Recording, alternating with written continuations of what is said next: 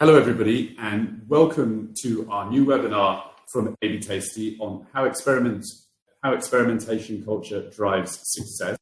A big welcome to everybody who has joined us. Today, we're going to talk about experimentation culture or creating a culture of experimentation, which lots and lots of people talk about without really getting into any details about what that means. So I'm very, very pleased to be joined by Pascal Davis from Convertio today.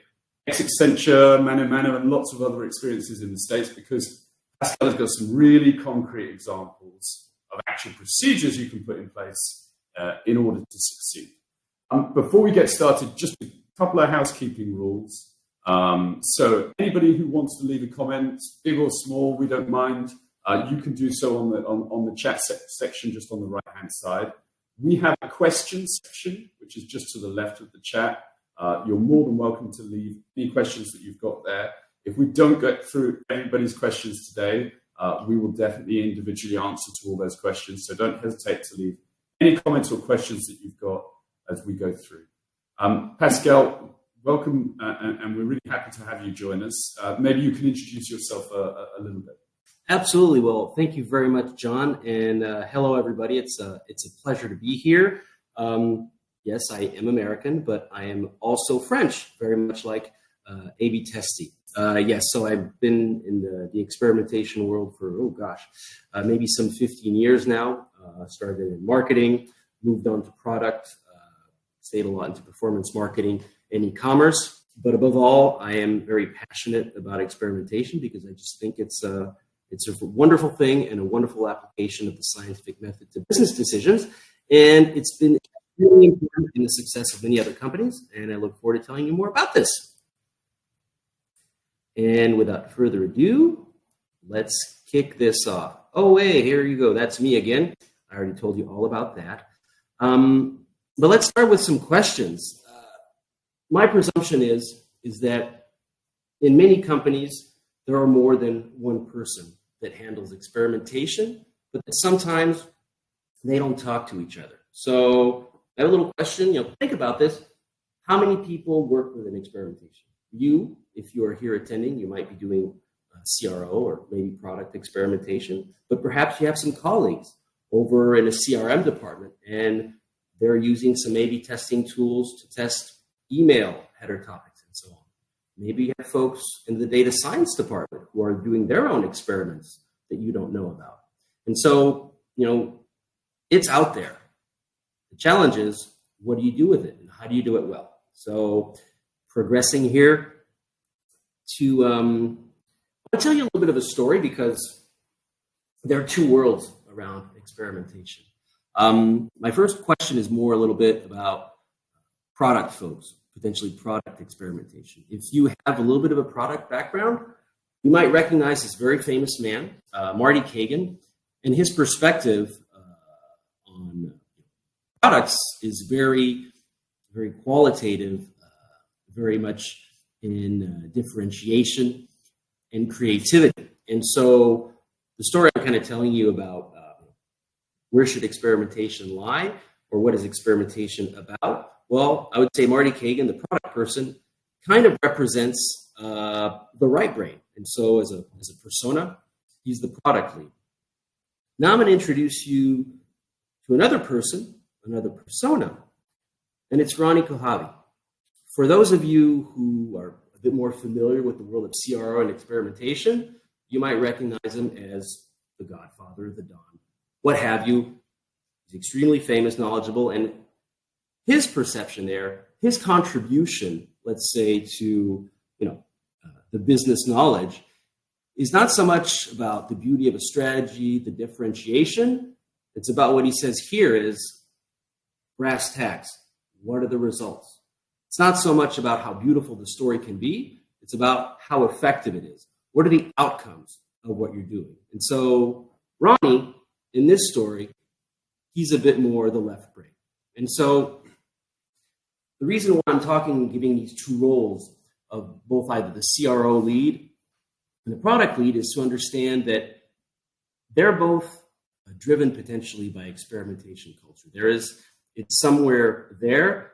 They both seek to achieve the same outcome, which is to orchestrate the digital experience. This is what I'm saying. So, we're obviously in the digital world, and I think all of us as consumers, we know when we're experiencing a delightfully effective digital experience.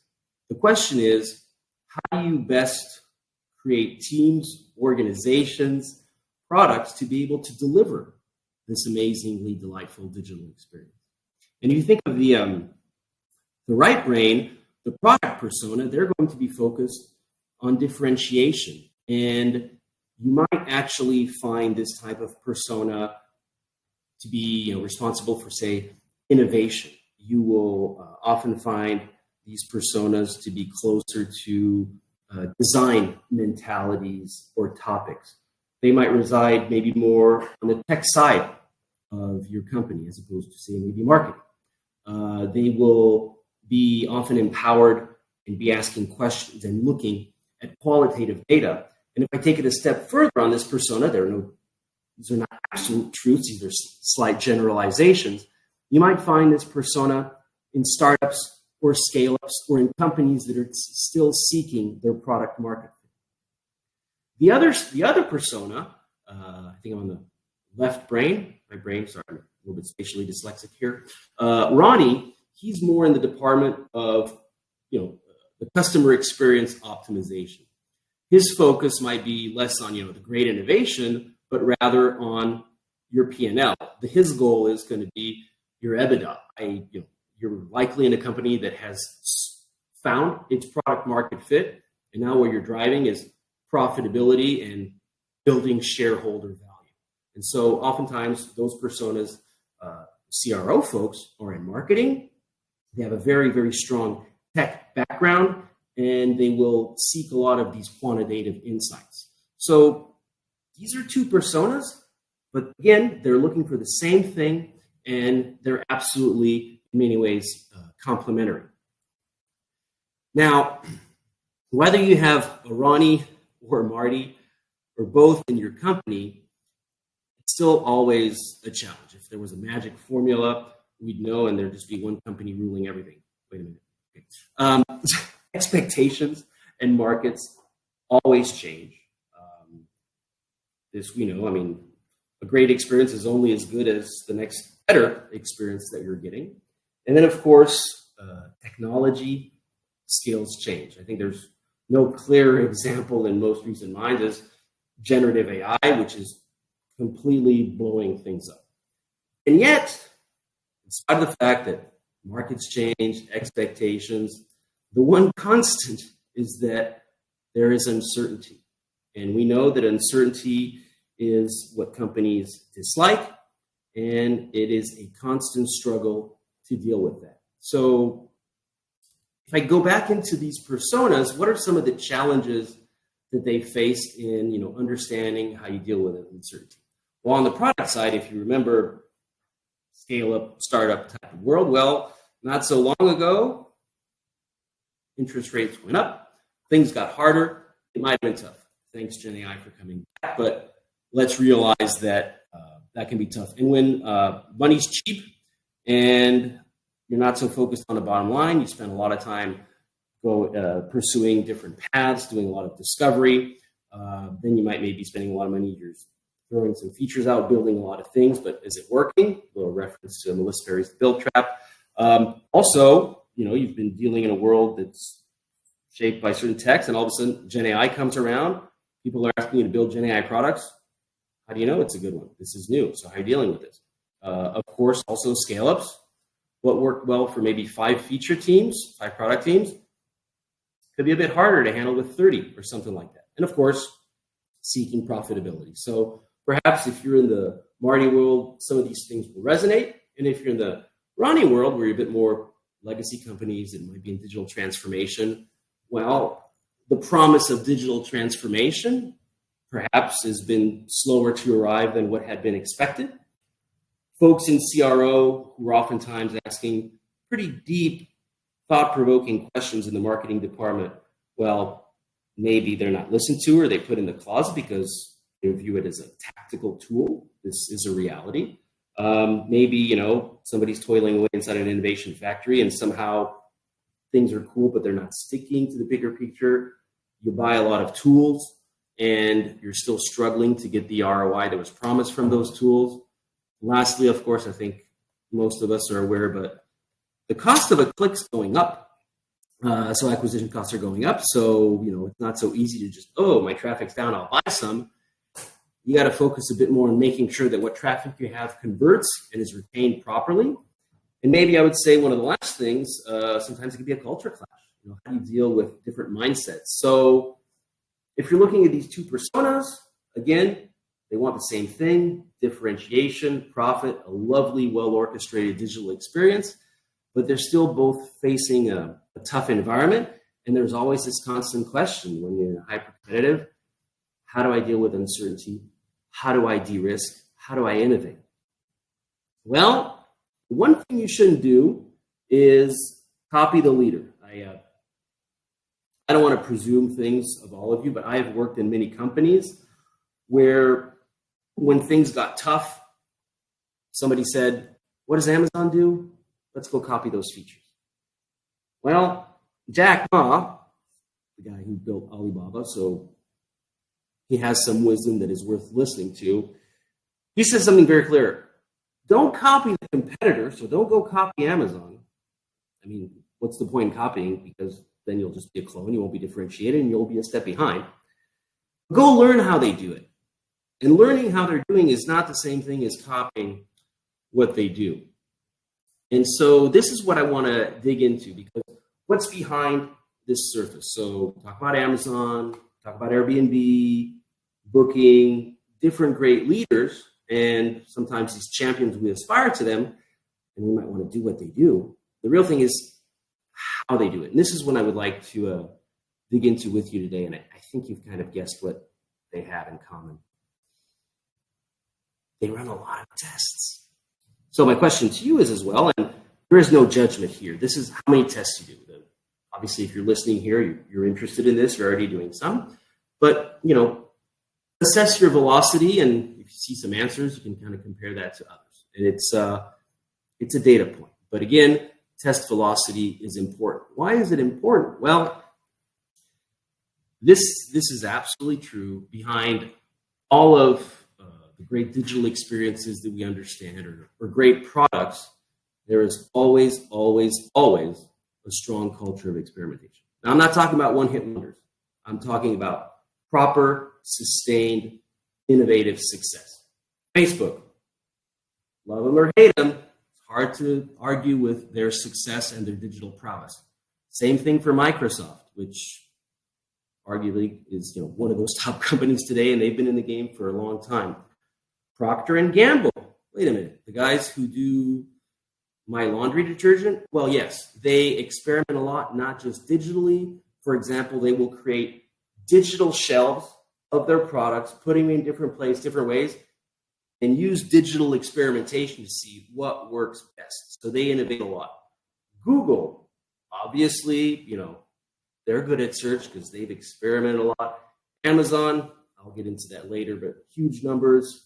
Netflix also, Ted Sarandos would actually give a personalized lesson on what is an A/B test to the new employees coming into the company. I think it was up until employee 500, something along those lines. And by the way, Facebook, Mark Zuckerberg, one of the things he's most proud of is having built the experimentation platform at Facebook. Intuit, I think, got into the game later, but they also do a lot of experimentation, even have some of their own in-house tools. So Airbnb, Booking, Etsy, Uber, IBM, the New York Times, Nike, all these companies, even Apple, which sometimes is famed for its design genius, there's always experimentation behind it. And it's not because they're big today that they test so much. It's because from their beginning, they wanted to test. And so why does this work? Well, there is a clear, distinct, evident correlation between the ability to experiment sustainably and the capacity to innovate. If you experiment a lot, you innovate. So you have to experiment a lot, but also experiment well. And that is the secret sauce behind innovation. I would say, obviously, it's about creating these digital experiences. So it's something about design. But so, design, experimentation, science, what's the challenge there? Well, Lucas Vermeer, who's arguably also one of these great figures in experimentation and one of the leaders behind Booking.com's success, he clarifies this right away. It's the true question isn't so much about optimizing. Optimization is actually a byproduct of what you learn. Experimentation is about learning. And based on those lessons, you make some decisions, and those help you optimize. And so this is why it's important to understand, this is a bit my own bias, but business experimentation is the application of the scientific method to decision making. We talked about uncertainty. Well, I'm convinced, and some of the empirical evidence that I'm showing you shows that when there's high uncertainty, you can leverage statistical inference to answer tough business questions where it's relevant with a great degree of certainty. One of the reasons why I use the word evidence-based, I could say data-driven, data-informed, but evidence-based is interesting because from a management theory point of view, this arrived later, but this is deciding what applies from medical and industrial organizational processes, what maps to business and digital world. Well, if you think of medicine, how do you pick a vaccine? How do you decide if it's safe? You have a control group, you have an A/B test. So there's another world that's been experimenting for a long time because it was life or death. And also in agriculture as well. So some of these things are not necessarily new. It's why they're now applied in this new world called tech that happens to be a near perfect use case for this type of method, but it's also most effective. So I'm here to help you, I'm here to show you that this is the way to do things. Experimentation is not a thing you do, it's how you do things for those most successful companies. I'll dig a little bit deeper because I enjoy the academic research side of things. It's sciencey. Stefan Tomke, you might have, if you've been lucky, you might have read a few of his articles in Harvard Business Review. He's a professor of innovation at Sloan, it's MIT, Harvard. Anyway, serious guy. Got access to all the leadership of many of the companies that I mentioned before. And you get a chance to read his book. It's not really quoted as a law, but it really kind of becomes this imperative where you realize that in very, very competitive digital marketplaces, and I think if we think back of various .com booms and everything, there's a moment where there's a lot of energy. It's extremely competitive. And pretty much consistently, you see that the company that wins and then survives in the longer run is the one that has the highest experimentation velocity. Why is that? Well, the more you experiment, the more you're able to learn, and therefore, the more you're able to innovate and make good investments. Experimentation works, is what he says, because it reduces risk, you manage uncertainty, you can optimize your resources, you make better decisions because you learn. And then what's exciting there is that it can help activate this collective intelligence, and it accelerates innovation. Again, the behemoths, these near monopolies today that all have this experimentation culture, they had it at their beginning. And so it doesn't mean to say that you can't get there. It's about getting the right culture and right mindset, the right tools, the right people, and starting yesterday. Back to Amazon, I mentioned Jeff. Swole, cool Jeff. You might know this quote, at Amazon, success is a function of how many experiments we do per year, per month, per week. So experimentation velocity. I'm going to drive home the point because there's some other aspects of this quote that are very interesting. Let me click through here.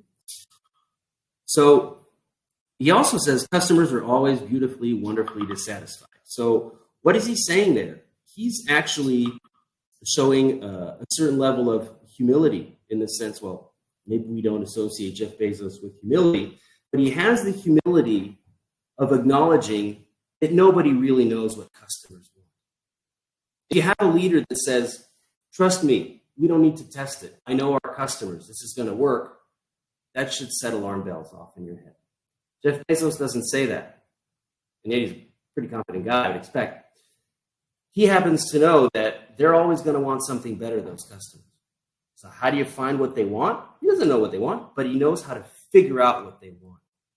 And so figuring out what you want is making sure that you keep increasing the number of experiments, because that way you're going to increase your inventiveness and your innovation. That is it's a subtle, but it's a big difference. You want to experiment because you figure you need to learn what people want. The faster you can learn, the more successful you'll be. So he understands that you don't know customers. It's always has to be in a context. And digitally you can do it. So now that you kind of hear this whole story, these companies got so big and experimented so much because they were able to enter this virtuous circle of experimentation. So this is actually 7 or 8 years old research paper from Microsoft, written by Lucas Vermeer. I think there's Ronnie Kahabi. You can find it on the Microsoft engineering blog. But basically tells this story that if you start to do more A/B tests to help support decision, that means you can actually measure the impact of those decisions, and therefore the good decisions with impact, well, they're going to gain interest. Oh, this is cool. This works. And because there's interest, well, you're going to start investing. Better quality, better tools. And if you have better quality, better tools, running a single A/B test becomes easier. And if running a single test is easier and more people interested in running A/B tests, then you can have a lot more tests. And so there's more, and that's the virtuous circle. So they call it a flywheel, virtuous circle. Either way, it's going in the right direction. So can I enter a little bit of culture, and I want to ask you guys, do you pay as much attention to losing tests as winning ones? I think it's perfectly understandable, and it's human nature that we would rather focus on the good things. It's not fun to scratch a scab or point out what doesn't work. And yet it's also extremely important, because how else do you learn? So in a company, where are you at? Obviously, when there's a winning test, ring the bell, yay. But what about the losing ones? Do you pay as much attention to them or not? I would argue that you should. So think about, as well, in your own company, when you're talking about test results, are you biased to the winners? Or do you love all your children equally? Because they're the results of our hypotheses. So think about it. The reason I ask again is because experimentation can be sometimes misunderstood. For example, it's subtle, but an experiment isn't necessarily a test. A test can be about QAing, whereas experimentation is finding an answer to a question. Those are qualitatively different. What's often misunderstood is that, without creativity and intuition, there is no experiment. It is about de-risking, but it's also about being curious and inquisitive. That's why I say the test isn't always an experiment. You test to make sure something works or does no harm. And there are a lot of things like that which are perfectly fine. If I need to add this feature, I want to change the logo, or need to replace some old legacy tool. You might want to test that when you do it, because you want to make sure it doesn't do any harm. But if you want to know if, say your users are interested in this new service, maybe you'll do an experiment before you invest too much, and you want to see, am I right? And that's also why it's so important that if you say, this is how I learn, you have to acknowledge that failures are not mistakes. A famous quote by Nelson Mandela is, I never lose. I either win or learn. So, it sounds cool, poetic, whatever you want, but if you're a corporate leader listening to me, or you work with some, ask yourself, in your company today, can you say you lost or you failed? Can you say, oh, I learned, and still confidently report what didn't work? It is a cultural challenge sometimes. There are environments, I've been a consultant, so I've been lucky to see a lot of places. I've been in some companies where I was told, don't say that's a problem. Why not? We should love our problems. Solving problems is what makes customers happy. So, by the way, that's philosophical, but it's important to think about it. This chart, what you see here, is payoff. So, to get that huge win, you have to do a lot of little experiments.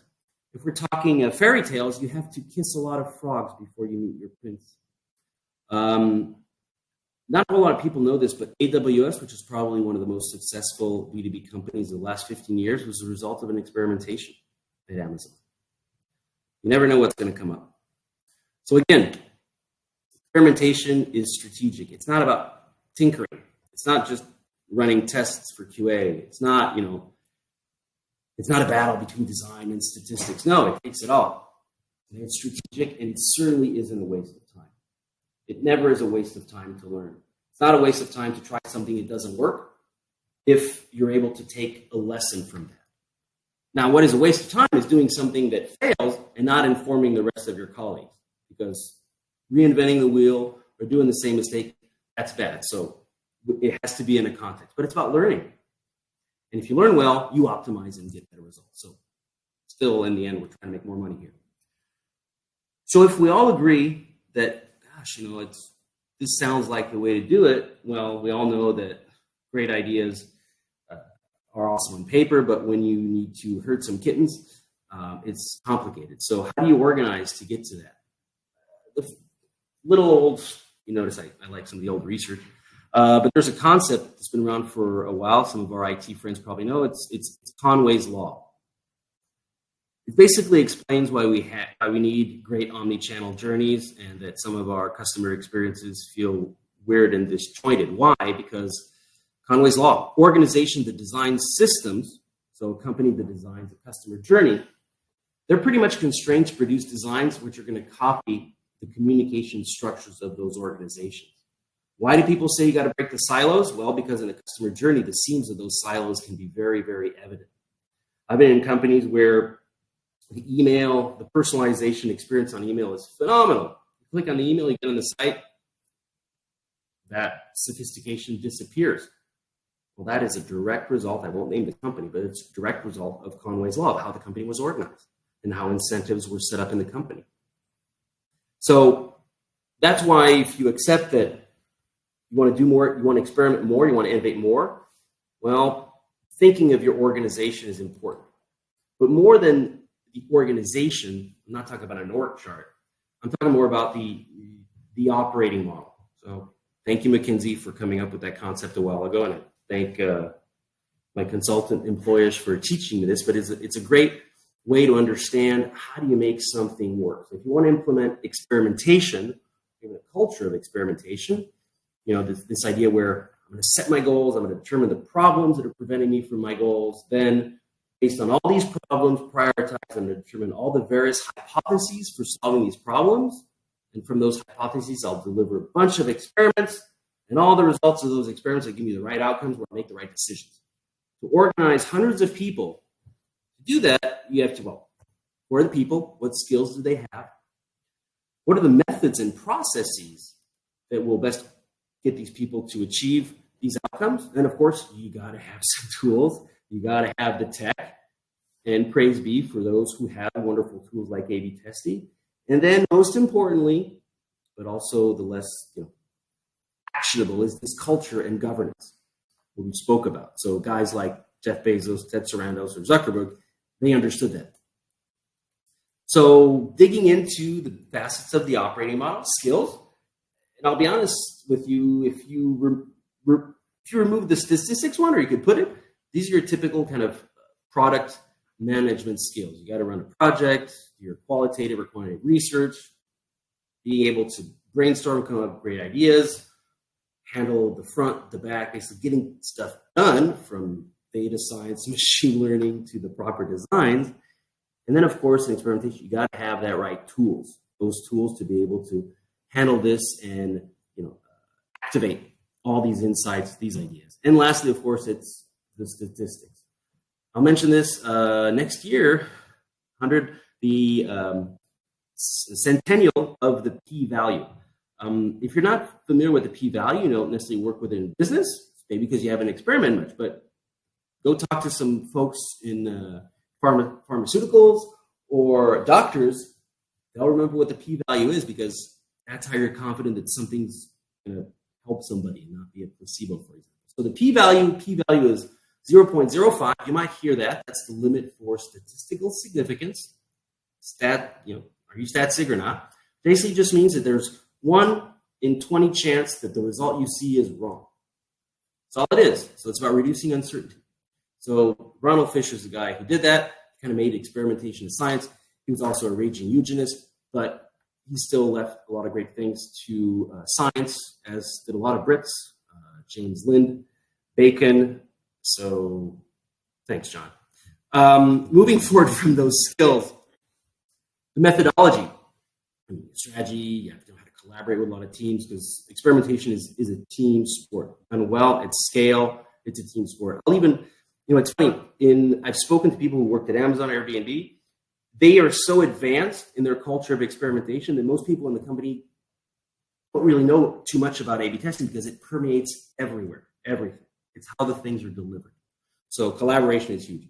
Research, insight, basically all that stuff you kind of know from managing products, say, but also this huge focus on measurement and the rigor to prioritize and use your stats and basically make data-informed decisions. So I'll spare you the explanation of the proper A/B testing, each one. But again, it's about doing that testing life cycle well, first understanding it, sharing it, so then you can scale. Organizing. I talked about, it permeates everything. Well, this is a little illustration. You might be, some folks who've started in experimentation or doing CRO, maybe working with A/B testing, I hope, might have been in a situation where you kind of had your CRO lead. Maybe you have a front-end designer that helps you out, maybe an extra data analyst, but usually can be small teams. If you go on the Marty Kagan side in product teams, sometimes you have a bit more folks. And if you go into these more advanced organizations at a high rate of high velocity of experimentation, a great culture of experimentation, it's organized. And then you can illustrate this through the RACI matrix to say, well, there's a life cycle in a project. There are different folks that are associated with this project. Let's determine the roles and responsibilities for everybody and say who's responsible for this, who's accountable, and those who are just made aware or consulted.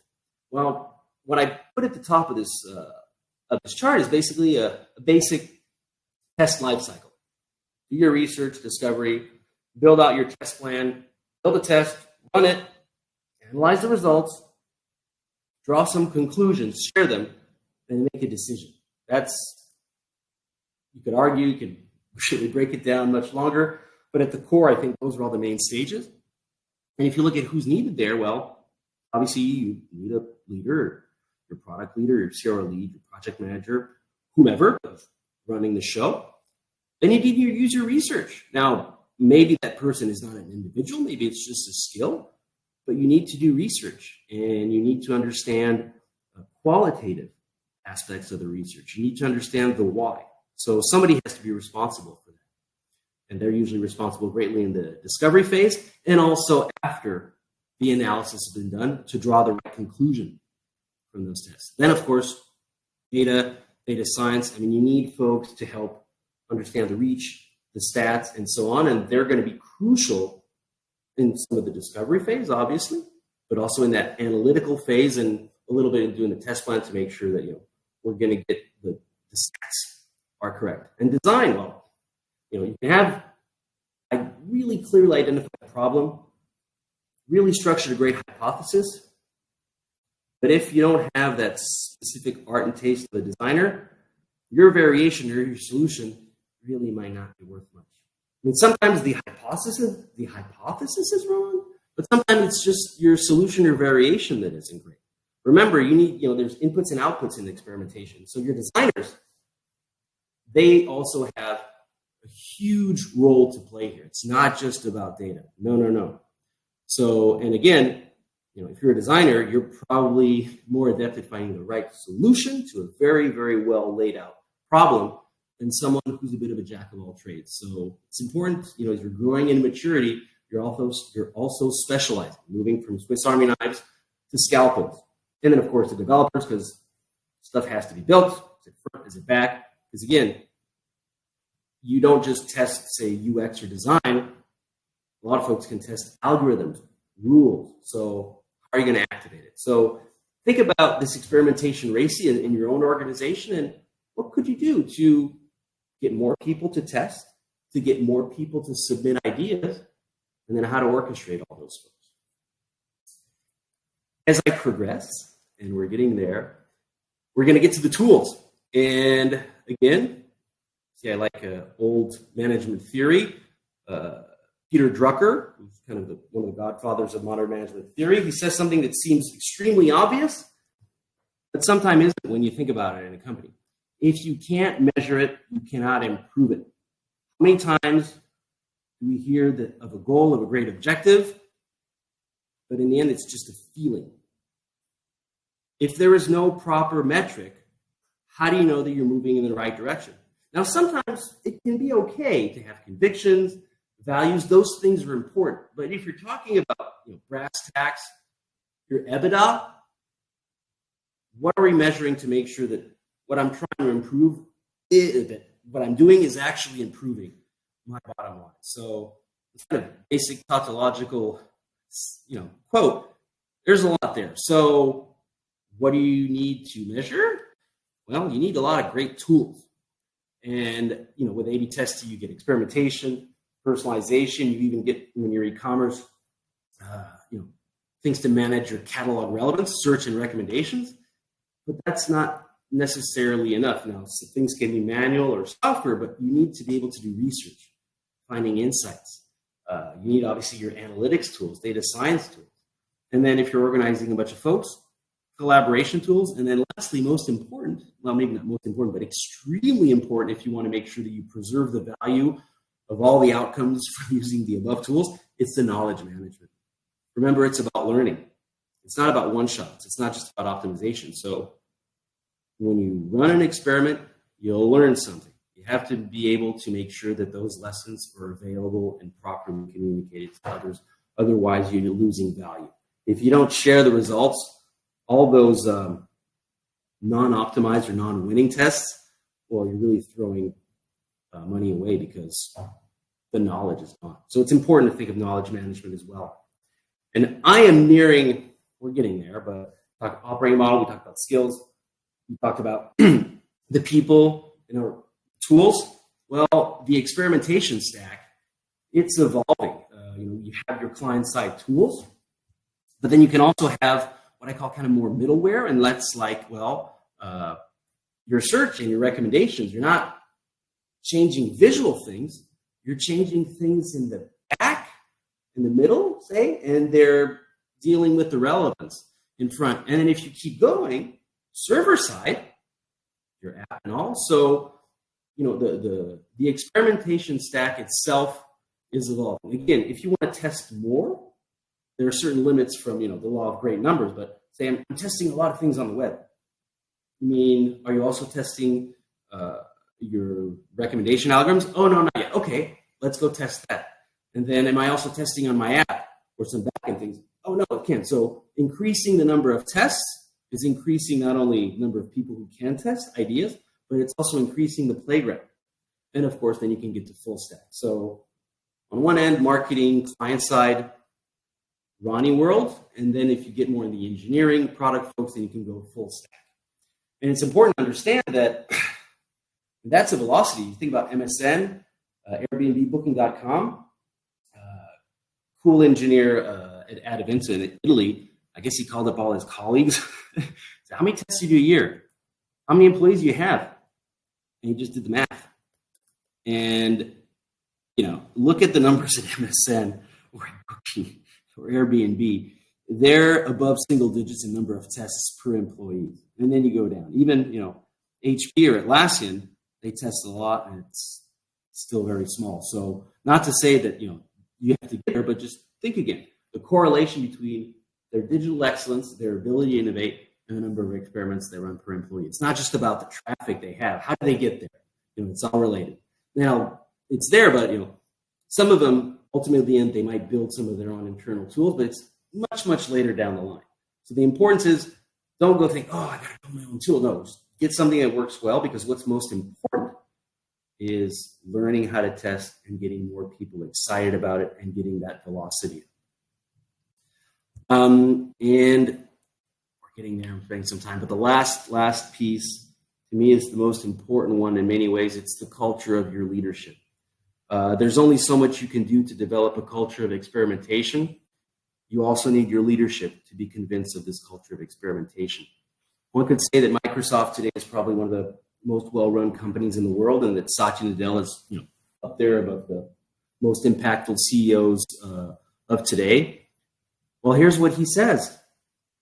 He's not saying, tell me your ideas or I know what to do. He says, hypothesis testing. Instead of saying I have an idea, let's say I have a new hypothesis. Let's test it, see if it's valid. How can we validate it? If it doesn't work, let's move on. When the leader of your company thinks like that, then it's not a surprise that you develop. But if you don't, you have to work to try to demonstrate this value of experimentation. Because again, I can guarantee you that if you're competing with somebody in the digital space and they're testing more than you, they will beat you. That's the race. And I'm pretty much nearing the end of my presentation. I hope you enjoyed it. Again, this is a journey. It takes some time. First, you are here listening to me. I thank you. You're probably very much aware you believe these things. But make sure that you can get others in your company to take that same journey. And this journey starts with becoming aware, becoming convinced, committing to experimentation, sharing all of that, and then making those processes sticky. Think of, this is what you need to do to get that experimentation flywheel going. And so I'll conclude by encouraging you all to instill a spirit of experimentation discipline. Act like a scientist. Test more, test better. Use data to make decisions. And think of this operating model. Think of your RACI. Think of testing as much as you can. Think of really promoting collaboration and work with your leaders on this. And one of the last thing I'll say, and why I believe that experimentation is also very important as a value. Well, love this quote from Asimov. It's really not arrogant, and it's humble. And I think that that's the way that you do great things. And with that, please share your questions. We'll answer them. And I will say thank you very much to all of you for listening. And thanks, John, for and A/B Tessie for this opportunity. Thank you, Pascal. Really fascinating. Lots to think about there. Love the shout out to the Brits. You noticed I didn't make any noise as you did that. We wouldn't have our great stats without you. Thank you very much. You touched on so many different things there that I guess what's interesting to me is to know that just in your work and the work you do with Convertio, when you're being brought in by companies, when they're asking for your help, and I'm sure that's more than just tech stack, and it's more than just tooling, and it's more than just ideas. It's about helping them create a culture of experimentation and so on. What, in general terms, when you go in, what is the most challenging thing for you? Is it the tech? Is it the team? Is it the understanding of that scientific mindset? What is normally the main challenge for you? Obviously, every mission, every context is different, and some of those differences will be predicated on the scope. Is it just a tactical problem or not? Technical problems can take some time to solve, but really the most difficult thing for me, not for me personally, but the thing that can be hardest to change is that last piece, the culture, the motivation. The larger the organization, the harder it is to have a kind of impact on that. And it's also around being able to speak to the right folks. But when I mentioned the difference between it's not a thing you do, it's how you do things. Mm-hmm. Let's be real. If you're trying to bring in change or simply, change. A lot of it is about change. you need strong incentives. And by incentives, I'm not talking about coercion. I'm talking about encouragement. And if if people involved in a project understand that their leadership values a certain posture, wants to go in a certain direction, that's what really changes things. I mean, sometimes I'm in situations where there's a strong desire for innovation. We work on things, and it's great, but the project might not have been or had a clear objective on measuring impact, or of clear understanding. Oftentimes, people want the results too soon, and I get it. It's human nature, and so it's really hard to try to give the long-lasting effect. People want the winning ideas. They don't want to hear about the scientific method or process. The problem is we can find quick win ideas, but soon you run out of them. Yeah. And so then how do you keep building the progress? And so building the argument for having a more sustained and strategic focus, that oftentimes is the hardest thing. And can't blame people. We're in urgency. We got to get it, but it's getting that last piece in that oftentimes is challenging, but it's also sometimes the most exciting. As you can tell, I like to get on the soapbox and tell some of these stories. But yeah, it's typically the culture. I would say this: oftentimes people want to experiment. The first question they'll say is, "What tool should I have?" And that is an extremely important question. But if you don't convince the people that are going to be using the tool that they should be using the tool, you might end up with a tool that's not used enough. It's not used properly. Sure. So don't put the cart before the horse. Yeah. It kind of leads me to my second question, because again, anybody probably watching this has seen other A/B Tasty webinars or our podcasts and so on, where a lot of these things are brought up, and one of them is, which is just a question to you, which is experimentation in general, right? Testing. Is it about ROI? Is it about CRO? Is it about optimization? Is it about innovation? And I'll bracket that a little bit with, for instance, we have lots of people saying, forget all the time about CRO. What you want to be doing is optimizing your website. But unfortunately, a lot of these people watching this webinar will have a meeting on Monday where they are asked about their CRO numbers, and that's what they've got to justify. No, absolutely. And I mean, yeah, our companies survive if we make a profit, and we're not doing this just for pure science. From what I said, brass tacks. We want to get the conversion rates up. We want to increase the average order value. And this is what you're trying to do. At the same time, as you do this and keep on doing that, try to keep in mind that when a test doesn't yield the results you expected, try to find a way, well, kind of the silver lining, but what was learned there and sharing that. Kind of like what I said about, do you treat the winning tests as well as you do the losing ones?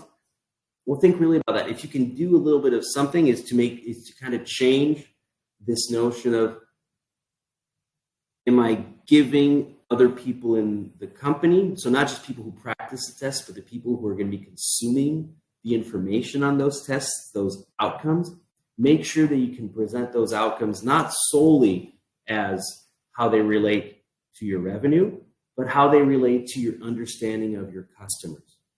Because I think everybody can agree that we want to understand our customers so we can sell more to them. And in optimizing, sometimes we'll have wins, great. And when you don't, what lesson do you get from there? And sometimes the lesson can be, well, it was a bad variation, but sometimes it can be a bad hypothesis. And so I always recommend everybody, yes, focus on your revenue, everything, but make sure that you are bold. Small little changes aren't going to change the needle. And the worst thing you can have is a bunch of non-statistically significant tests. It's better to have winners and losers, but with clear answers. So be bold in your hypotheses, because it's not significant. What did you learn? Not much. Absolutely. My last question is, and it hits the left side of the right side of the brain, but also sort of hits 3 points, but also the tech stack that you did, but also the kind of amount of experiments by employers, which is something that I see a lot talking to our customers, which is the most successful companies that we have. They often begin basically testing out client side. After a while, they move on to have server side, so they get the product team involved. And then after a while, they start to see the C-suite involved in that. This is where, and particularly I would say, UK and US, we see client side and server side coming together an awful lot, which goes to show how that market is evolving and becoming really mature. But what would you say for those that I know these customers too? They're a really small team. They're in marketing. Maybe they were using Google Optimize a year ago and they've just moved over to another tool. But and they're sort of, what would you say to them in terms of beginning with experimentation and then growing? Well, if you're going to begin with experimentation, I would say remember that the more widely you communicate, the more you increase your chances of getting more people interested, involved, and committed. There's practicing an experiment, but again, the most important thing for the long-term success of building this culture of experimentation is really finding the time to be an evangelist and to explain things. You might have a situation where, maybe it was somebody at the top that made the decision to purchase a tool. Well, as much as you can, see if you can involve them in the kickoff or the basic lessons. They will want to see the results, but do whatever you can. Use charm, use FOMO, point out the competitors who are already doing it and all, but really, really work to try to get the basic elevator pitch of what experimentation is in the minds of your leadership. And, there are great things there, but it's tough. And frankly, one of the reasons why I share all these stories about why all these great successful companies all experiment, not necessarily a secret sauce, but let's face it, it's not a sexy thing. Oh, scientific method. Yeah, but it's so important. So, Stephen Tomka wrote that great book. Get that book for your boss. Share some articles. Be an evangelist. You really need to work on that. And there's some great benefits. And it's probably one of the most undertold stories in tech, how powerful experimentation is. So learn the stories. Go evangelize. Great insight, Pascal. I really appreciate the time you've taken, and hopefully a lot of things that Pascal shared with you is going to help you evangelize, and it's going to help you share that amongst the company. Thanks a lot for everybody who did join us today. We're going to send the replay to everybody. We'll send you links to things that are relevant as well, and we look forward to seeing you at our next webinar. And you can find me on LinkedIn. I'm in Convertio. I'm in France. I can go to the UK. Also work in the US. Hit me up. Thanks, Pascal. Thank you to everyone who joined us. Bye-bye. Bye.